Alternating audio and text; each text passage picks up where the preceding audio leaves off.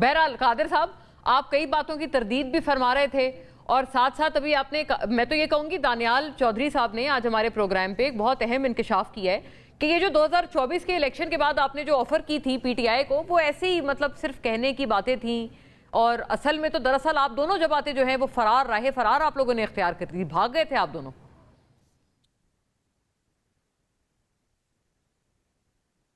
بہت شکریہ منى عالم صاحبہ۔ پہلے تو میں دانیال چودھری صاحب میرے پیٹی بھائی ہے اور میں ان کی بہت سارے باتوں پہ ہنس پہ رہتا اور وہ یہ کہتے ہیں کہ کوئی کانٹو کا سیج جو نا اپنے سر پہ نہیں رہے، کانٹو کے سیج نہیں، 547 کا سیج، اور اسی وجہ سے بلاول بھٹو صاحب نے کہا کہ یہ لیجسلیٹو گورنمنٹ نہیں تھی، اس وجہ سے ہم نے ساتھ نہیں دیا۔ آپ مجھے بتاؤ کہ 2024 میں ہم نے ہمارے سینئر خورشید احمد شاہ صاحب کے ذریعے پی ٹی آئی کو آفر کیے کہ آپ بڑی پارٹی ہے، غیر مشروط طور پہ آپ کو سپورٹ کرتے، جب پی ٹی آئی نے انکار کیا ہے تو آپ مجھے بتاؤ کہ ہمارے پاس دو راستے تھے، یا ہم اس فون 47 کی حکومت کو سپورٹ کرتے یا ہم کنارے پہ بیٹھ جاتے تو کیا 9 مہینے بعد جو الیکشن ہوا تھا 17 ارب روپے کا، تو کیا 9 سال بعد یہ الیکشن ہوتا تو کیا شفاف ہوتا؟ ہم نے اس جمہوریت کی گاڑی کو دھکا دینے کی کوشش کی جس طرح 2018 میں ہم نے کیا، اس وقت بھی ہم نے سلیکٹڈ کیا، اس وقت بھی ہم نے جو ہے نا وہ آر ٹی ایس سسٹم بٹھا کے جنرل فیس کی حکومت کو، اس وقت بھی ہم نے یہ کہا۔ لیکن سوال یہ کہ یہ ساری چیزوں کو لنگڑی للی حکومت جمہوریت کو ہم اگر دھکے نہیں دیتے تو کیا مجھے بتاؤ کہ محسن نقوی صاحب جو ان کا منتخب کردہ ہے مسلم لیگ نون کا اور وہ سب سے زیادہ خلاف مسلم لیگ نون کا، آج ان کی حکومت کا طاقتور ترین وزیر ہونے کے باوجود، ان کی ووٹوں سے سینیٹر بننے کے باوجود وہ کہتا ہے کہ یہ بوسیدہ ہے اور یہ یعنی شہباز شریف صاحب کو یہ کہتا ہے کہ وہ 12 گھنٹے کے بجائے 18 گھنٹے کے بھی کام کرے تو وہ کام فضول ہے۔ یعنی ایک جو نالائق بچہ ہے اسکول میں، آپ اس کو دوات قلم تختی پکڑا دو، آپ اس کو بھلے 2 تپڑ مارو، اس کو منہ دیوار کی طرف کر دو، جب وہ نالائق ہے تو کچھ نہیں لے سکے گا۔ تو دراصل میں اچھا یہ لوگ آپ لوگ نا محسن نقوی صاحب کو ایسے نہ کریں، آپ دونوں کی اونرشپ بنتی ہے محسن نقوی صاحب کے بارے میں ابھی آپ نے ان کے اوپر مل دیے کہ وہی وہ ان کے وزیر ہے، but all of us know کہ he is very close to your party's leadership۔ قادر صاحب کتنی قربت ہے اور وہ ان کو باقاعدہ بیٹا کہتے ہیں زرداری صاحب، آپ کو سینیٹر رانا ثناء اللہ بھی یہی کہہ رہے ہیں کہ بھئی آپ کے برخوردار ہیں۔ ابھی بھی ریسنٹلی ایک ملاقات ہوئی ہے نا، بولنے کا موقع دے مولا۔ ضرور ضرور بالکل، اسی کا جواب صاحب نے کبھی مجھے قادر خان مندو خیل اس طرح کر کے نہیں پکارا، جب بھی پکارا تو بیٹا کر کے پکارا۔ میں دعوے کے ساتھ کہتا ہوں آپ ان کے سامنے چلے جائے، یا دانیال صاحب یا ہمایوں صاحب، وہ بیٹا بیٹا کر کے پکارتا ہے، وہ مریم نواز کو بھی بیٹا بیٹا کر کے جو نا وہ پکارتا ہے۔ لیکن اگر ایک اپنا سکا بیٹا بھی کبھی کبھار باپ اس کو ہاک کر دیتے ہیں، کبھی وہ نالائق نکل جاتے ہیں، کبھی وہ گمراہ ہو جاتا ہے، تو سکا باپ بھی کچھ نہیں کر سکتا ہے، تو آپ خواہ ہمارے ساتھ اس کو نہ چپکا لیں۔ تو میں یہ سمجھ لو۔ دوسری بات، میں محسن نقوی صاحب سے بات احترام یہ بات کہنا چاہ رہا ہوں کہ آپ نے جنرل ایوب خان کا نظام بھی دیکھا جو کراچی کیپٹل تھا، یہاں سے آپ نے نیا شہر بسا کے اسلام آباد لے گیا۔ آپ نے جنرل ضیاء اللہ کا نظام بھی دیکھا جو غیر جماعتی انتخابات دیکھ رہا ہے، اور آپ نے ان غیر سیاسی لوگوں کو آج تک پاکستان پہ مسلط کر دیے۔ ہم نے جنرل فیس کا آر ٹی ایس سسٹم کا نظام بھی دیکھا۔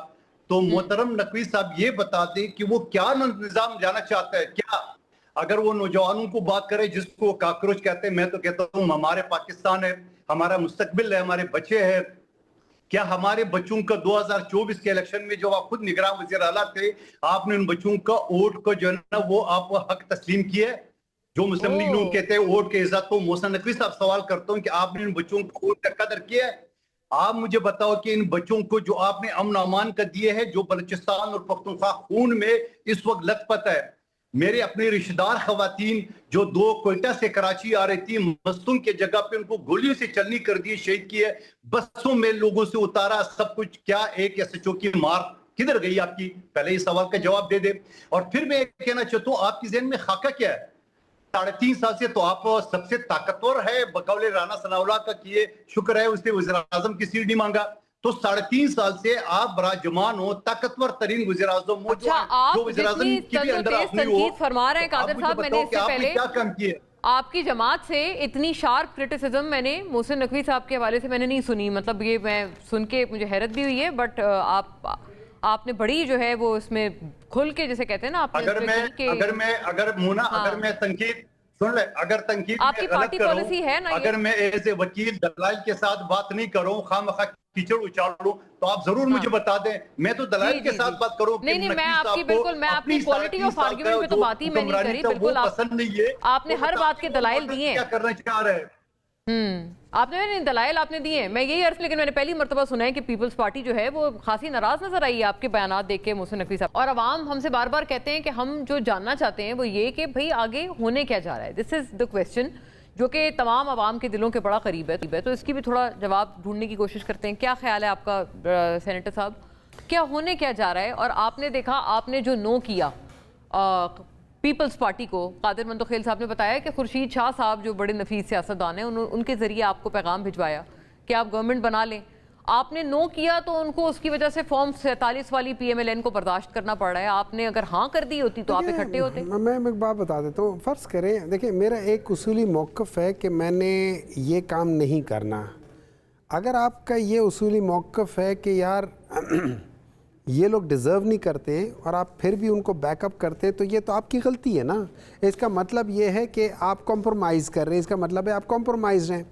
اگر آپ یہ سمجھتے ہیں کہ جی ایک اور الیکشن، پاکستان ایک اور الیکشن کا متحمل نہیں ہو سکتا تھا، تو کیا آج پاکستان کو فائدہ ہوا ہے، نقصان ہوا ہے؟ یہ آپ کے اس ڈیسیجن کا آج نقصان ہوا ہے پاکستان کو. کیا کرنا چاہیے تھا انہیں؟ اور اگر آپ مجھ سے پوچھیں، یہ ڈیموکریسی کی اور ہسٹری میں بہت دفعہ ایسا ہوا ہے، جو دنیا، جو ڈیموکریٹک دنیا ہے، ان کے اندر جب آپ کا ایک الیکشنز کے اندر آپ کو رزلٹ نہیں آئے، آپ ودن 3 months آپ دوبارہ الیکشنز میں چلے گئے ہیں.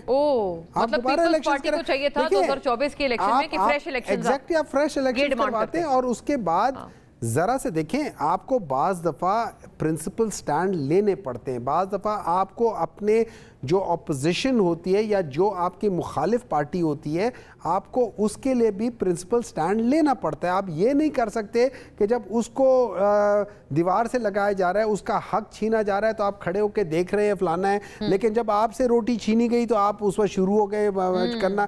دیکھیں جس بندے کا کام ہے، یہ ابھی دانیال صاحب جو بات کر رہے تھے، دیکھیں پرابلم ان کا یہ ہے کہ ان کو اقتدار کی حوث ہے. یہ اس حوث کے لیے کچھ بھی کسی بھی حد تک گر سکتے ہیں.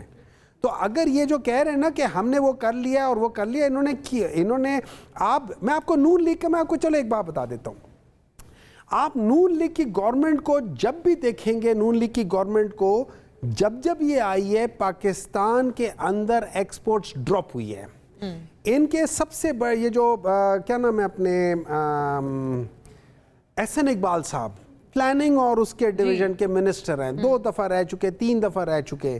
ان کی پلاننگز کر کے دیکھ لیں. ان کی Pakistan has always gone down. میں یہ ہسٹری میں آپ کو ہسٹری کے فیکٹس اینڈ فگرز بتا رہا ہوں. ٹھیک ہے، اب آ جاتے ہیں کہ ہمیں کرنا کیا چاہیے تھا. دیکھیں کیا جو پرابلم ہے، کیا وہ پرابلم ہے؟ ہاں وہ پرابلم ہے. جس کی نشاندہی کی گئی ہے وہ پرابلم ہے.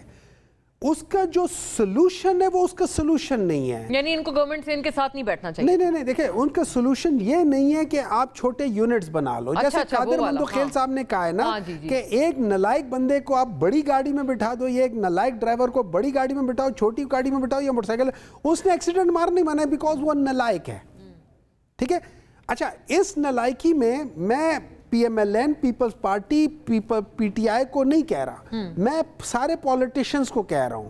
پولیٹیشنز نالائق؟ ہاں، میں خالی پولیٹیشنز کو نہیں کہہ رہا، میں سول ملٹری بیوروکریسی کو بھی کہہ رہا ہوں. تو پھر کس کو بنائے؟ میں خالی ان دونوں کو نہیں کہہ رہا ہوں، میں جوڈیشری کو بھی کہہ رہا ہوں. پاکستان کو تباہ کرنے میں آپ لوگ بھی شامل ہیں، میڈیا والے بھی بالکل شامل ہیں. آپ نے سچ نہیں بتایا لوگوں کو، آپ نے سچ چھپایا ہے. آپ کو پتہ تھا کون غلط کر رہا ہے، آپ کے اندر ہمت نہیں تھی سچ بتانے کے لیے. کب ہم نے نہیں چھپایا؟ یہ تو آپ نے ہمیشہ چھپایا ہے. دیکھیں لیٹس بی آنیسٹ نا، آج ہم نے چیز ٹھیک کرنی ہے، لیٹس بی آنیسٹ. میں نے غلطی کی ہے، ہماری پارٹی نے غلطی کی ہے، پی ایم ایل اے نے غلطیاں کی ہیں 3 دفعہ کی ہیں، پیپلز پارٹی نے غلطی کی ہیں 3 دفعہ کی ہیں. تو آپ کو پتہ پھر کیا ہونا چاہیے؟ آپ اپنی غلطی پہ رہان دیں بجائے اس کے دوسروں کی غلطیوں کو آپ گرائیں. نہیں سن لیں، اس میں یہ نہیں ہوتا. Charity begins at sun home. لیں، نہیں اپنی تو اصلاح کریں پہلے اگر آپ فرما رہے ہیں. اس کا مسئلہ ہوتا ہے اور بلاول بھٹو اس کی نشاندہی کر چکے، وہ یہ ہے کہ ٹروتھ اینڈ ریکنسیلیشن.